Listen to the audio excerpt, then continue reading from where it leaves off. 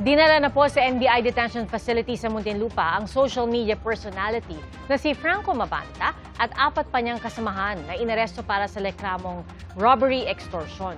Ay po sa NBI, may isa pa silang itinuturing na person of interest na anchor ng Peanut Gallery Media Network. Sumagot na rin ang kampo ni dating House Speaker Martin Romualdez sa mga patutsada ni Mabanta. Saksi si John Consulta.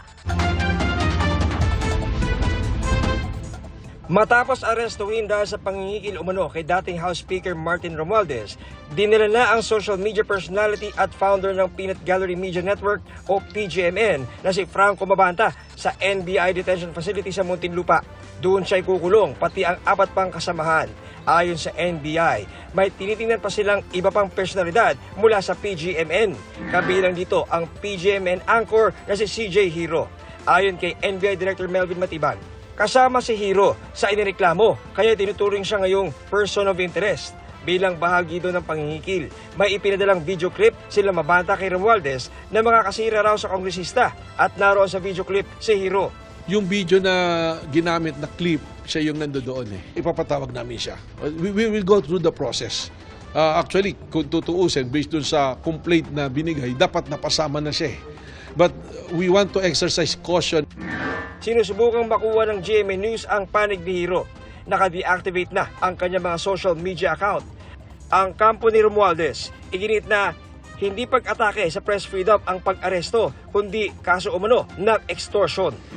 PGMN is twisting the narrative. Ang tunay na tanong, meron bang humingi ng pera kapalit ng katahimikan? Representative Ferdinand Martin Romualdez only did what any other person exposed to the same circumstance would do. He reported it to the proper authorities, and the NBI acted on that report pursuant to its mandate under the law. Anumang material o expose na sinasabing hawak daw ngayon ng PGMN ay irrelevant o walang kaugnayan sa iniimbestigahang aligasyon ng extortion. If anyone believes he has evidence of wrongdoing, the proper recourse is simple. Release it. Submit it to the proper authorities, and let the proper institutions act on it, not use it as leverage in exchange for money. That is what PGMN did. They purportedly produced a video that was allegedly ready to run several weeks ago, and yet chose not to release it. That is not journalism. That is extortion.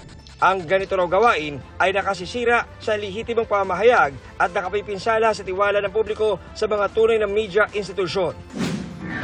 Nakausap ng mga member ng media ang abogado ni Mabanta sa inquest ng mga respondent kanina. Giit niya, we felt very confident of our defense. We saw the fatal flaws of the complaint affidavit, the evidence that they've attached, and we are really confident that we built a very strong defense. ayon kay Director Matibag, may iba pang mga government official ang nagparamdam sa NBI. Ano po mga nagpaparamdam, if you don't mind? Marami-rami na po. Basta nasa gobyerno po at may mga private personalities din. Wala naman diretsyong nagsabi na na-blackmail sila, but from the looks of it, parang yun yung gustong direction. Hinihingan namin ng panibagong pahayag ang kampo ni Mabanta tungkol dyan. Pero nauna lang itinanggi ni Mabanta ang aligasyon ng pangingikil. We definitely didn't extort Speaker Romualdez. Sabi pa ni Mabanta, set up ang nangyari pag-aresto. Sagot dito ng NBI, Nakita mo yung tendency na to avoid yung mabidyo, makuha ng CCTV, nagpagpad, iba-iba direction, may mga phone calls, may exchange of text messages. Mahirap naman yata yun, nasasabihin natin si Rap. And it's very unfair to the men and women of NBI na nagtatrabaho ng maayos. Nakausap din ng GMA News ang isang NBI agent na nakapagkita sa mga kasamahan ni Mabanta para maghatid ng pera. Nag-instruction sa amin na dalhin ito sa isang lugar sa Pasig at ibang tao yung magtatanggap. Nag-apply na raw ang NBI ng cyber warrant para sa mga nakuha nilang mga gadget ng mga suspect. Ako, si John Consulta, ang inyong saksi.